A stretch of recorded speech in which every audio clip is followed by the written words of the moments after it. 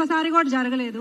రంగనాథ్ గారి దగ్గర తనూజ, నా పేరు తనూజ, మేము అమీన్పూర్ నుంచి వచ్చాము.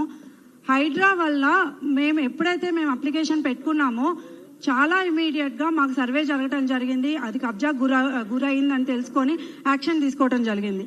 సుప్రీంకోర్టు గైడ్ లైన్స్ ప్రకారం there is very clear judgement. మనకి గవర్నమెంట్ ల్యాండ్స్ కానీ నాలాలు కానీ ఏమైనా ఎంక్రోచ్ అయితే నోటీసులు ఇవ్వక్కర్లేదు, అవసరం లేకుండా కూల్ చేయొచ్చు అనేది ఉంది. కానీ కొంతమంది హైకోర్టుని చాలా తప్పుదో పట్టిస్తున్నారని మా అభిప్రాయం.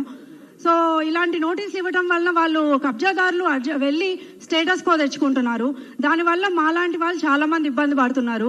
25 ఏళ్ల నుంచి మేము అడుగు కూడా పెట్టుకోలేని స్థలాల్లోకి ఇప్పుడు హైడ్రా వల్ల మేము లోపలికి వెళ్ళే వచ్చే పరిస్థితి వచ్చింది. So we are very thankful for that.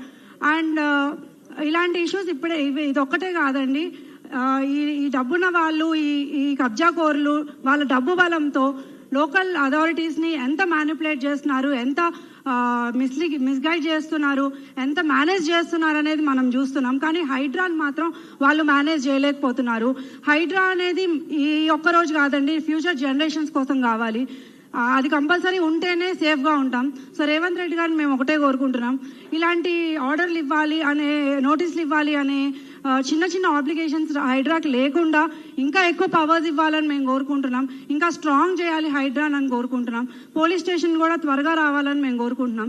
పేదవాళ్ళకి ఇన్స్టెంట్గా న్యాయం జరుగుతుంది హైడ్రా వల్ల. కొన్ని కోర్టుకు వెళ్తే కొంతమంది పేదవాళ్ళు కోర్టుకు వెళ్ళలేరు, ఎక్స్పెన్సెస్ భరించలేరు. దాంట్లో మాలాంటి వాళ్ళం ఉన్నాం. అండ్ మోర్ ఓవర్ వెళ్తే ఎన్ని ఏళ్ళు పడుతుంది కూడా తెలియట్లా, అసలు బతికుండంగా న్యాయం జరుగుతుందో లేదో కూడా తెలియని పరిస్థితిలో ఉంది ఇప్పుడు. కానీ హైడ్రా వల్ల ఇన్స్టెంట్గా న్యాయం జరుగుతుంది. So we are very happy for that. Thank you.